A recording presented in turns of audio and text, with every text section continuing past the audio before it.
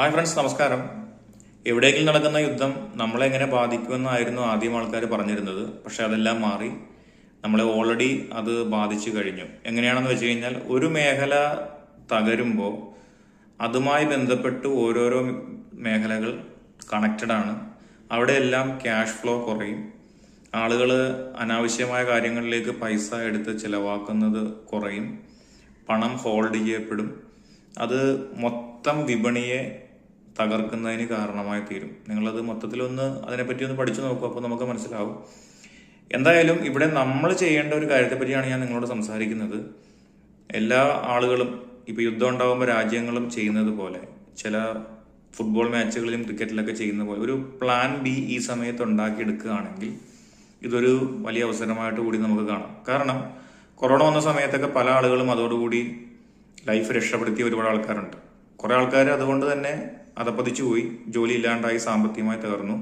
പക്ഷെ ഇവിടെ കുറെ ആൾക്കാർ കൊറോണയ്ക്ക് ശേഷം സമ്പന്നന്മാരായി തീർന്നു. നിങ്ങൾക്ക് എല്ലാവർക്കും അറിയാം. ഒരുപാട് ഇൻഡസ്ട്രിയാണ് ഓപ്പൺ ചെയ്ത് വന്നത്. നേരത്തെ നമ്മൾ സംസാരിച്ചിട്ടുണ്ട്.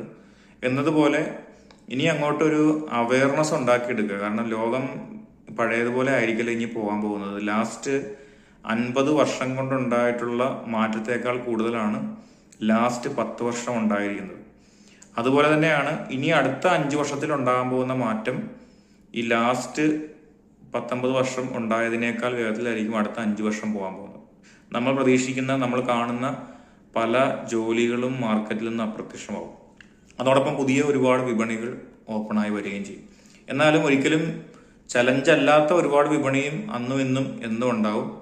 ഇവിടെ എല്ലാം നമ്മൾ ചെയ്യേണ്ട ഒരു കാര്യം, ഇതൊന്നും നമ്മളെ പൂർണ്ണമായിട്ട് ബാധിക്കാൻ സമ്മതിച്ചു കൊടുക്കരുത് എന്നുള്ളതാണ് എൻ്റെ വീഡിയോയുടെ ഉദ്ദേശം. കാരണം ഇവിടെയെല്ലാം നമ്മൾ തിരിച്ചു കയറി പോരണം. ഞാനിവിടെ ഈ ഒരു ചാനലിലൂടെ ഒരുപാട് കാര്യങ്ങൾ സംസാരിക്കുന്നതിൻ്റെ ഉദ്ദേശം നമ്മുടെ ചില കൊച്ചു കൊച്ചു അറിവുകൾ കൊണ്ട് മറ്റുള്ള ആൾക്കാർക്ക് എന്തെങ്കിലും ഗുണമുണ്ടാകട്ടെ. അതുപോലെ തന്നെയാണ് ഈ ഒരു സമയത്ത് ഏറ്റവും നല്ലൊരു കാര്യമാണ് കയ്യിൽ ചെറിയ ചെറിയ സേവിങ്സ് ഒക്കെ ഉണ്ടെങ്കിൽ ഷെയർസിലൊക്കെ ഇൻവെസ്റ്റ് ചെയ്യാൻ സാധിക്കുക എന്ന് പറയുന്നത്. കാരണം ഈ സമയം മാർക്കറ്റ് തകരുന്ന സമയത്താണ് ശരിക്കും പറഞ്ഞാൽ ഇൻവെസ്റ്റ് ചെയ്യേണ്ടത്, നല്ല സമയത്തല്ല. നല്ലൊരു ടൈമാണ്. നിങ്ങളുടെ കുട്ടികളുടെ ഭാവിക്ക് വേണ്ടിയിട്ടോ നിങ്ങളുടെ റിട്ടയർമെന്റിന് വേണ്ടിയിട്ടോ ഒക്കെ ഇൻവെസ്റ്റ് ചെയ്യാൻ പറ്റിയ ഒരു ബെസ്റ്റ് ടൈമാണ്. അപ്പോൾ എന്തായാലും ഈ വീഡിയോ കൊണ്ട് ഉദ്ദേശിക്കുന്നത് ഇത്രയേ ഉള്ളൂ. യുദ്ധം അവിടെ ദൂരത്താണെങ്കിലും അത് മൊത്തത്തിൽ നമ്മുടെ എക്കോണമിയെ ബാധിച്ചു കഴിഞ്ഞു. ഇനി അത് നീണ്ടുപോയാൽ അത് എവിടെ ചെന്ന് അവസാനിക്കുമെന്ന് പറയാൻ പറ്റില്ല. അതൊരു ലോക്ക്ഡൗൺ പോലെ, എനർജി ലോക്ക്ഡൗൺ പോലെയൊക്കെ ആയിപ്പോരാനുള്ള സാധ്യതയുണ്ട്. അങ്ങനെ സംഭവിക്കാതിരിക്കാൻ നമുക്ക് പ്രാർത്ഥിക്കാം.